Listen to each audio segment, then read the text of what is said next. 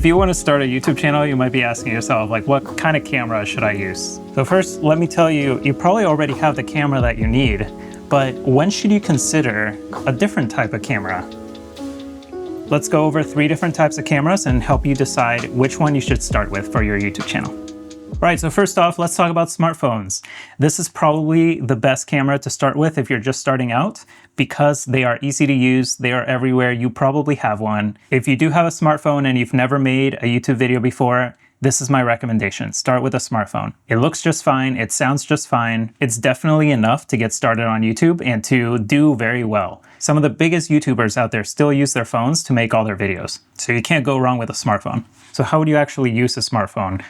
Let me show you. So if you're making YouTube shorts, you want to hold the phone vertically. If you're gonna make YouTube long form videos, you wanna hold it horizontally.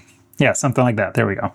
Now, just so you can see, I'm going to switch over to recording on my phone. And actually, I'm even just gonna use the front-facing camera so that I can see myself, see what I'm doing, and show you that even this camera is just fine for recording your videos.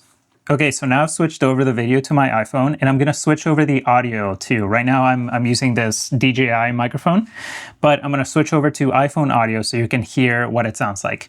And you'll see that this is still plenty good for YouTube. You don't need a fancy camera, you don't need a fancy microphone. You can use your phone, and there's all kinds of like tricks that you can do with lighting and with placement of the phone and with room treatment to make your audio sound better too. But the point is, a phone is plenty good enough for making your first YouTube videos. And if you do use a phone, this is the type of quality that you might expect from your videos. And of course, some of the newer phones are gonna have better cameras, better microphones, but honestly, the difference isn't that big. And as long as you have a modern-ish smartphone, you can start making YouTube videos on that. Okay, but what if you don't have a smartphone? Well, then you might be looking to get a different type of camera. Now, if you're gonna make YouTube videos, or if you're a professional, or if you have a job, especially if you have a white-collar job where you work remotely, you might have a laptop or a computer with a camera. So let's talk about this and when you might want to use something like this. So if you have access to a computer like this, or you have access to a webcam, they are great for making videos where you want to read information off the screen at the same time. This is handy if you write a script, if you write an outline, or if you're looking at research, you want to look at some tabs on your browser. Having a camera that is mounted above the screen that you're looking at is going to be great. And once again, modern webcams, modern laptops have cameras that are more than good enough for making YouTube videos nowadays. So I'm going to show you what it looks like to record on a laptop. And I'm going to move this camera for now. Okay, I've just switched over the video to my laptop, and I'm going to switch over the audio now. So now you should be able to see what this looks and sounds like. You can probably tell that this is still, again, more than good enough for making a video for YouTube. So if you have a webcam, if you have a modern laptop, you can use this to make your YouTube videos. And one cool thing about this is that I'm just going to go to Google and click "I'm feeling lucky," and then I'm going to deliver this information to you. So if I was making a video, I could be like, did you know that drop bears are a popular Australian urban legend and a hoax? Now, I was just reading that off of the browser page. And if you are making a video where you're doing some research on your screen, it's really easy to look down onto your screen, read something off of it, and look back up at the camera. It feels natural, and people on YouTube are used to seeing that. If you want to make any sort of video like this, having a laptop is still more than good enough for making a video. Okay, we're back on the main camera now. And what if you don't have a laptop, or you don't have a smartphone, or you just want to get a nicer camera? Well, let's talk about that. Let's talk about what I would deem as the more professional cameras. And I'm kind of using this term loosely, but I'm using it to mean any camera that has a removable lens and that allows you to shoot in manual modes, meaning you can control exposure, ISO, shutter speed, aperture, color temperature, all those things. There's a few different types of cameras that fall into this category. First, you have your DSLRs. These are your digital single lens reflex cameras. They're your typical photography cameras that you might see a photographer using for their work. And these cameras, especially more modern ones, can be pretty good for shooting video because they have the ability to shoot in manual and you can change out the lens. You can use really nice lenses with them.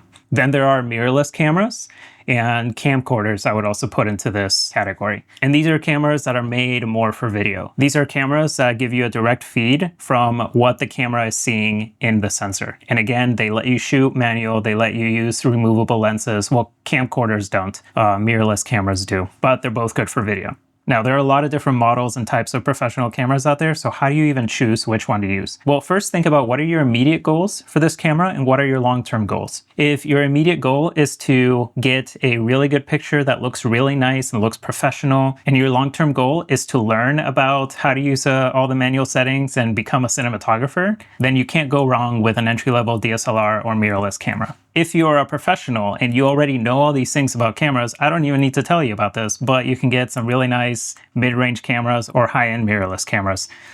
But again, you probably already know that. If, however, you don't want to take the time to learn about what it takes to shoot a camera in manual mode, if you don't want to take the time to learn about color profiles and get into the science behind all that, you are probably going to be wasting money and time getting a very high-end camera, unless you're planning to hire somebody who knows what they're doing to run it.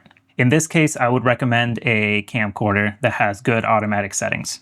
Now, we're not going to jump into specifics of different camera models, but this is all you can look up on your own. If you are not experienced and you don't want to learn about cameras in that way, I would look up something like best camcorders with automatic settings for video.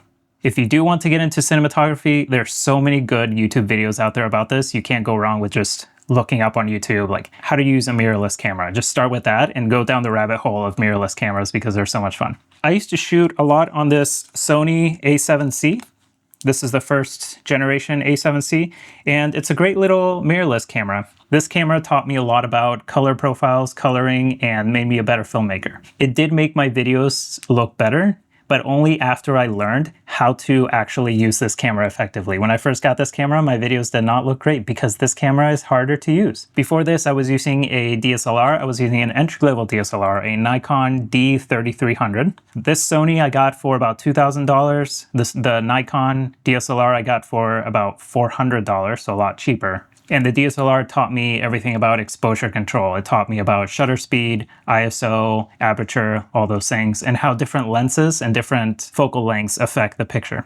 And again, my videos did not look great at first until I learned how to use those settings. Now I shoot on a Nikon ZR, which is amazing and I love and has all these new features that I'm not even going to go into here. But again, this camera that I'm using now, it's over $2,000, and I would not get my money's worth if I didn't know how to use all these features. So if you're just starting out and you don't want to learn to use all these features because it really takes years of practice to do this, get a camcorder with good video settings or get an entry-level mirrorless or DSLR. Don't spend a whole lot of money and do a little bit of research on what's going to be the best bang for your buck. But honestly, if you're somebody who doesn't want to take the time to learn how to use a professional camera in this way, just use a phone. They are plenty good enough. Or your laptop if you want to read off screen. So if I was starting YouTube nowadays, that is how I would go about choosing which camera to use for my first videos. I hope you found this helpful. And if you want to learn more about starting something like YouTube, I made another video about how to sound more natural by using outlines instead of scripts. You can watch it here. I'll see you over there. Thanks so much for watching.